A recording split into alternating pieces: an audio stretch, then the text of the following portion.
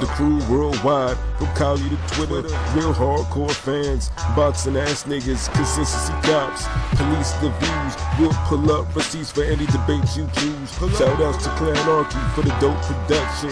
Ring Gang stay with the best discussions. Ring Gang Radio.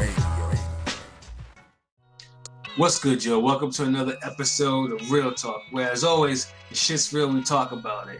I'm your host for tonight, Patscorpio, the New England representative. And as always, I got my man with me. I'm going to let him introduce himself. What it do is LB Lauderdale Shutterworth. I mean, the GOAT artist, the Soul Wars creator, yes sir. Ring Gang Radio. Yes, sir. Ring Gang in the house as always. So yeah, LB man. So yeah, we had a fairly interesting boxing weekend.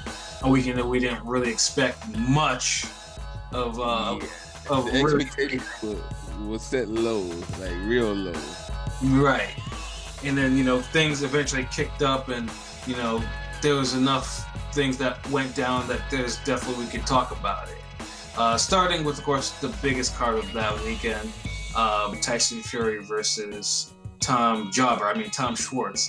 But before we get into that particular fight, they were anchored by an undercard fight, which on paper was good, between Jesse Hart, who was moving up from 168, facing Sullivan Barrera.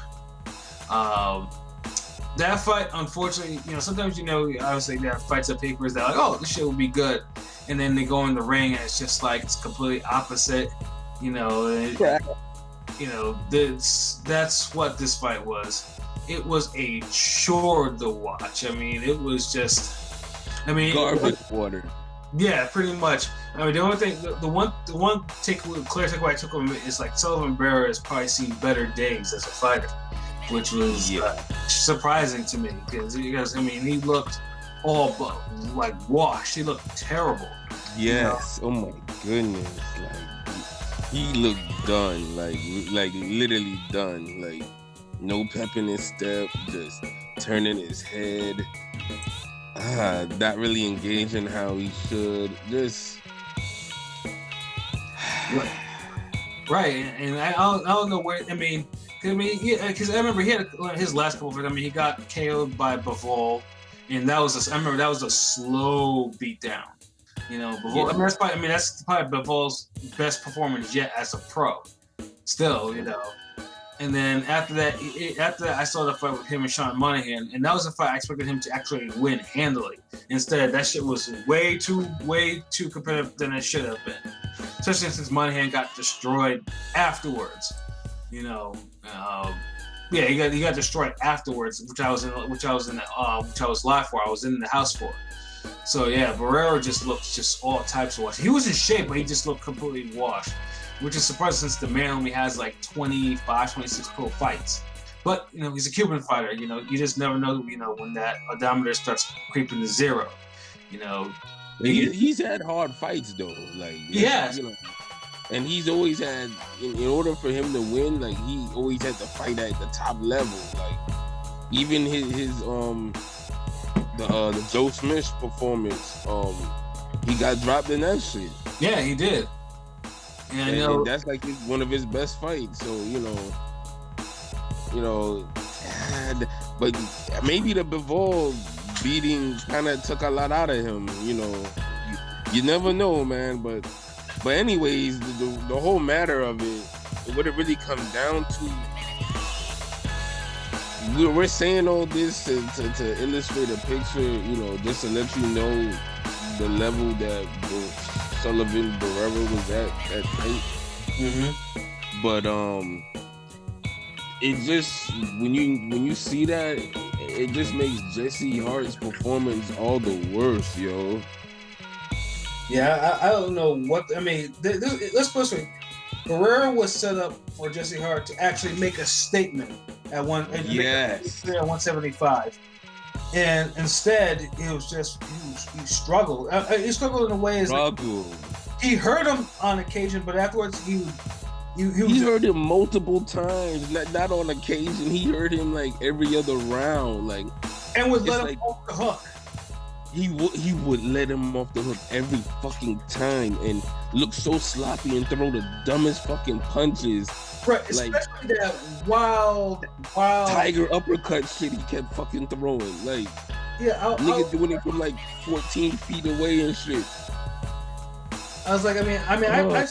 I've seen bolo punches, but I mean, dude was throwing, like, loading that shit up. Like, I don't know if he was trying to go for a highlight reel knockout, but Nigga was holding R1 too long, son. Like, you posted this a second, boom. Like, like, yeah, no, it was like, you know, it was absolutely, it was a horrible performance. And then afterwards too, like I think in the last round, he had the nerve to start coasting, getting on his bike, like he was actually like he. bruh. I was like, the nerve of this nigga. He's too wild. He just unrefined. He can't stick to no game plan. It's like, you're world class. I expect a lot more. And it's like, you had 2 title tries against the same nigga, and you still couldn't capitalize and really improve on either, improve on any of those performances. No, not at all. If you think Andre Ward was disgusted, like when he was talking about it, and he explained why, it's like, I feel twice that. Yeah, I mean, I don't know what's going on with him. I mean, he has some power or whatever. It's just Jesse Hart just can't seem to put it together. He has these lapses. Either he does lapses where he does something incredibly dumb in the ring, but no one really makes him pay for it. It's like, no, he paid for it by irritating my fucking eyes. It's like the fucking Mario Chalmers of boxing. Like, my goodness. Like, if you was a Miami fan, you know what I'm talking about. That's all I gotta say on that shit. Like, I'm talking about even before the whole big three, the three kings, LeBron and Boss, all them niggas got Hollywood. If you was there when it was just Beasley, Chalmers, Spoelstra, and Wade and all them niggas just trying to do something, you would fucking know what I'm talking about. Exactly what my nigga Pat explained. Do something good and then cancel it right the fuck afterwards. And make you shake your fucking head. Like, goodness. Right. The most annoying, how many rounds was that? 10 rounds? Shit felt like 20 rounds. Like, right. I mean, all I know is, man, like, if he wanted to make a statement at 175 as like a viable opponent or whatever, he failed. I'm sorry, dog. Like, that shit just got me like, I'm that disgusted by that. Like, and nigga, like, I mean, I just don't see how. I mean, Top Rank has a lot of the top light heavyweights on their roster. I just can't, especially the champions. I just cannot see how not one of the champions. It doesn't matter which one knocks them the fuck out at some point.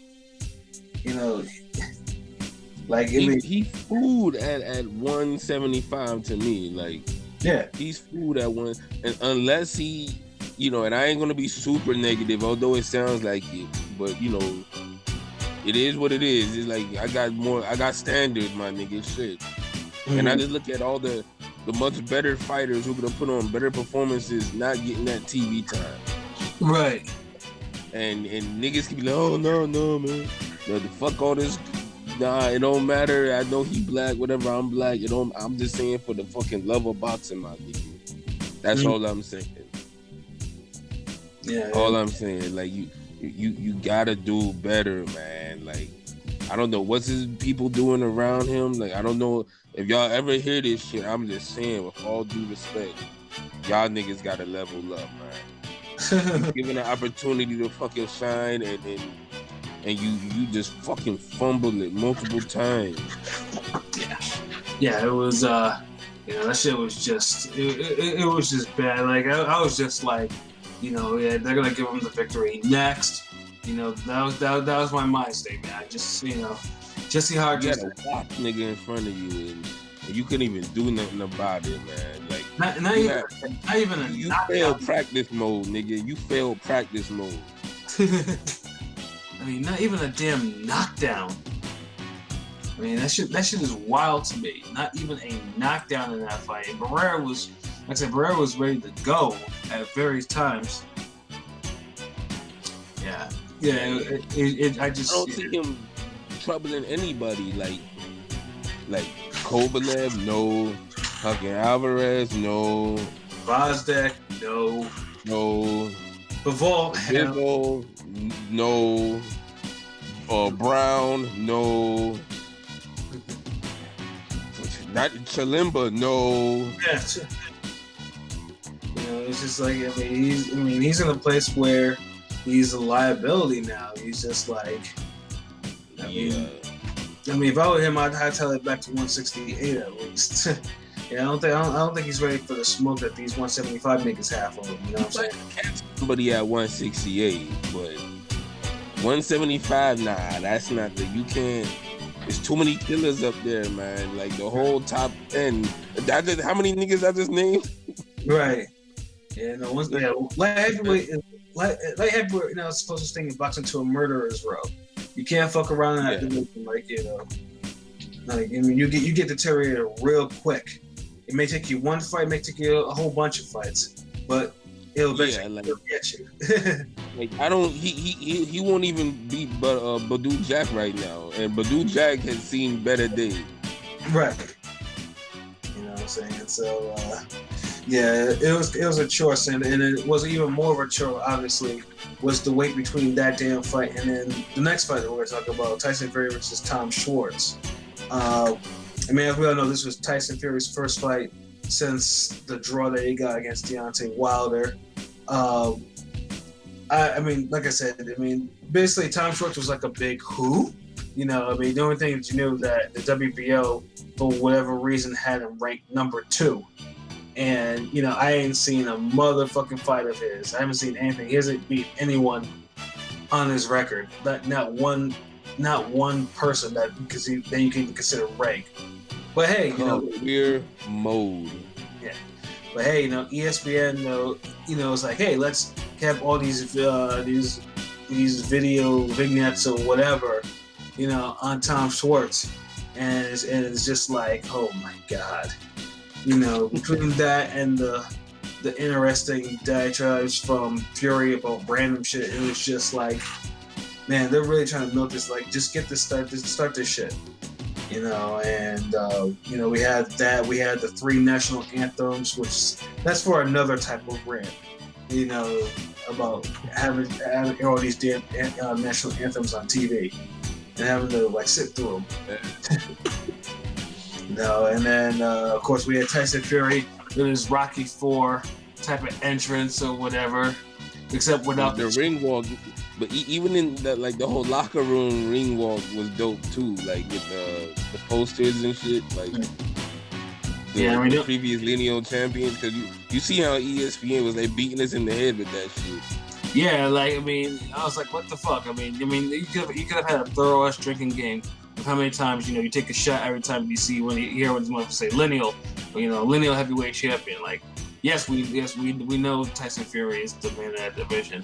You don't have to keep repeating it every fucking minute, by the minute. We get it. We know. We respect it. We cool. We get it. But these niggas were on with it. They literally spit 16 bars and a chorus. Right. 5 times. The shit has even its own segment. Trying to say, hey, I mentioned from John L. Sullivan to Tyson Fury. I'm like, what the fuck? Is it that crucial that you need to keep beating people over their heads with it? You don't have to mention this shit once or twice, and then that's. But, they had to sell the fight though, because this is the thing, his next opponent has to be better. You know why? Because you can't play that angle again. You gotta be able to say, look, we have Oscar Rivas, we have a Dylan White here, we have, somebody who could say that you could realistically look at it and be like, yo, he has the power, he has the skill, he has a big win over so-and-so, he has a shot, to upset the apple cart, whatever, blase. You can't focus on this lineal shit the next time around. So I'm just, right. Much respect to Team Fury. Y'all doing it right now. Y'all number one. Y'all been number one. You know what I mean? But y'all can't run that angle again. Like, I'm just being real. Right. Yeah, especially speaking of the opponent. I mean, the fight itself was probably even more one-sided than I thought it actually would be. I mean, Tyson Fury, pretty much punished that dude. I mean, he broke Schwartz's nose, and Schwartz didn't really want to fight after that. He knocked him down, got up, and he let Tyson Fury load up and hit you at will. The only thing Schwartz could do was try to land that right hand of his, where you say, "Oh, this right hand can change everything." Didn't change a motherfucking thing. He couldn't land it. Like, yo, that nigga got swag though. Like, let's be honest. Like, Fury, like, he sold this shit. He killed the ring walk. He did the whole Apollo Creed shit. Yeah, I mean, the Rocky Ford. Okay, gets in the ring and he's showboating, hands down. All off the ropes, countering, making the nigga miss. Like you said, got dropped him, broke his nose, busted him up. He did all of that in 2 fucking rounds.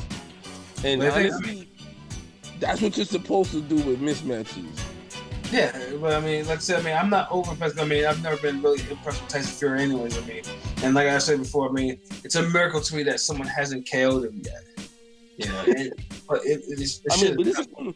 he's looked worse with those same type of jobbers though. Like, so I'm kind of happy he buzzing. He got him a little feel good, career mode performance. But the next fight, we gotta keep it real. Like, he gotta get in there with someone who got a chance, man. And the other thing too, obviously now people are getting psyched because of this knockout. It's like, oh, I mean, if you have Fury, Fury can beat this, Fury can beat that. Fury is a very beatable man, compared to what everyone thinks. Like, Fury's also not a master boxer.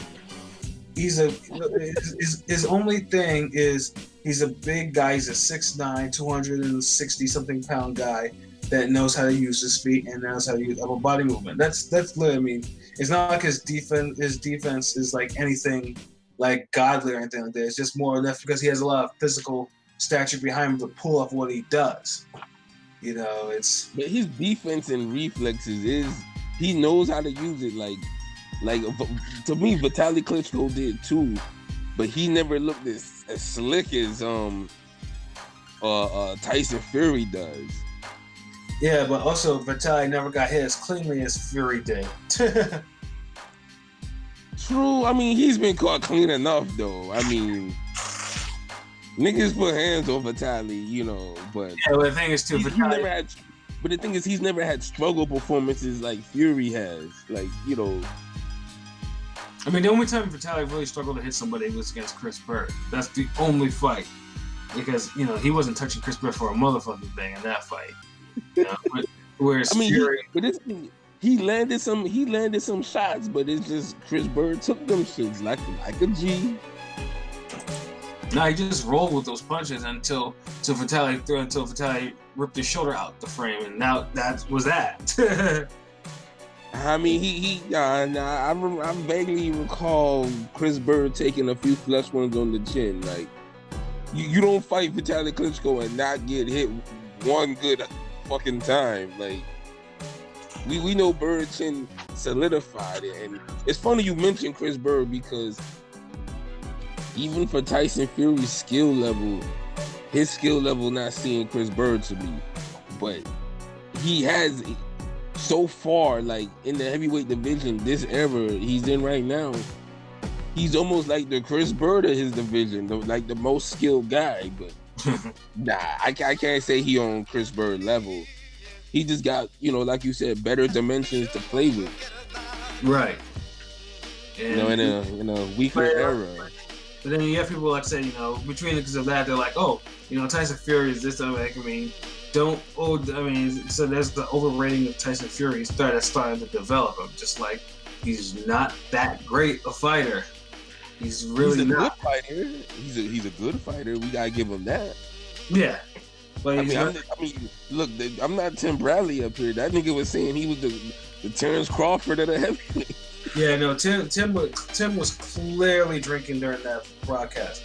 Drinking a lot, and Andre, didn't baby him. He just let him do what he did. That's where you got some of the nonsense that he was saying over and over and over again. I get the point he was making and the correlation, but even then, to me, like, fucking Terrence Crawford don't even have a win as big as the Klitschko win for Tyson Fury. So, I mean, let's be honest here. So it's like, who's the who? I mean, is Crawford the Tyson Fury of the fucking lightweights and the fucking junior welters and shit, man. Oh man. I mean, think about it. How we gonna fucking say he's somebody that's lesser than somebody, but he got a better win? And you can't. I mean, and if we was living in an honest world, we know Tyson Fury deserved the fucking Deontay Wilder fight. So if you give him both those wins, and we know he won them shits. Yeah. Has Terrence Crawford ever fought and defeated anybody as dangerous as Deontay Wilder? You could say whatever you want about Wilder's skills, yada yada yada. Yes, we know he's the heavyweight version of Randall Bailey. Maybe the diet version. I don't know, man, because Bailey, respect to Bailey, that nigga had skills now. But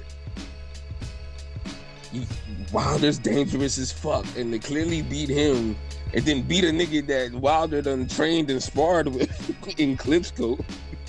Mm-hmm. It's like you know what I mean? And it's like Crawford. I mean, you gonna compare that to fucking what? Gamboa, Paul Stahl. What? I know. Let me see. That's a good one. Amir Khan. Yes. From 2019. Mm-hmm. So I'm just saying, like, yeah. I mean, yeah. Niggas is overrating. I'm not saying, niggas might be overrating Fury a little bit, but I mean, he put in a little work for it though. But yeah, niggas is hyping up this performance. And we gotta put it in perspective.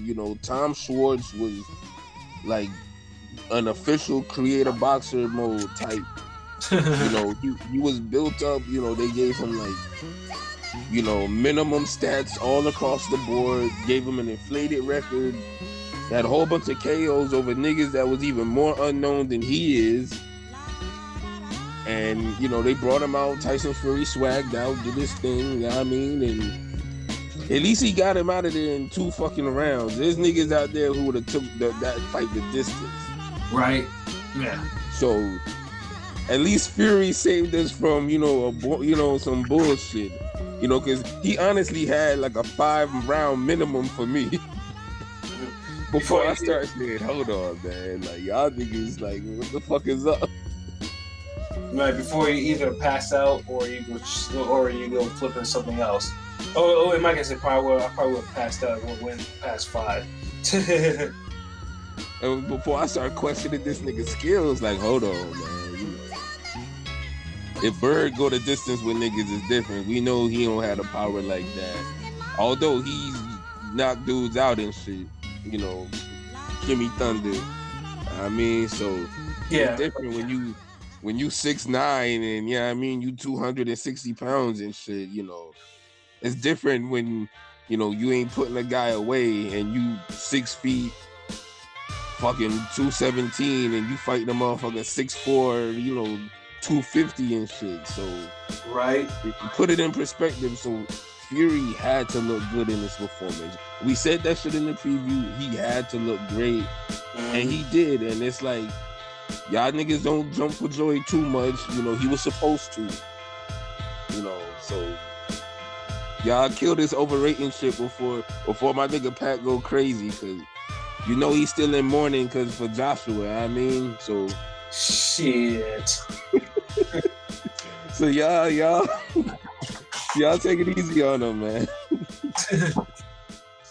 Yeah, like I said, Fury did what he had to do against the showcase. Do not get gassed off this. He did what he had to. He did what he had to do. So yeah, I mean, that was that card. Yo, what? Hold on, one last point. It's so fucking funny. You say that shit. As soon as you fucking said he did what he had to do, it made me just remember the fucking Jesse Hart fight. He had the same opportunity Fury had. But the difference was, we all knew Sullivan Barrera was a good, decent level fighter and shit. Mm-hmm. But we didn't know he was, washed. We didn't know he was, at that stage. So as soon as Jesse Hart got into the ring and you feel him out, and you box before, what's good. You feel out niggas. He should have capitalized on that shit. Mm-hmm. And with Fury, who has an even more unknown, because what if Tom Schwarz came in there, balls to the wall, really trying, reminiscent of that dude, that English, I think it was English, who went after Jared Hurd, that on the undercard of that Fury fight. Yes. So just imagine, because sometimes these niggas, they don't just come to lay down. So what I'm just trying to say is, on the first fight, you saw what not to do. Mm-hmm. When you have a showcase fight.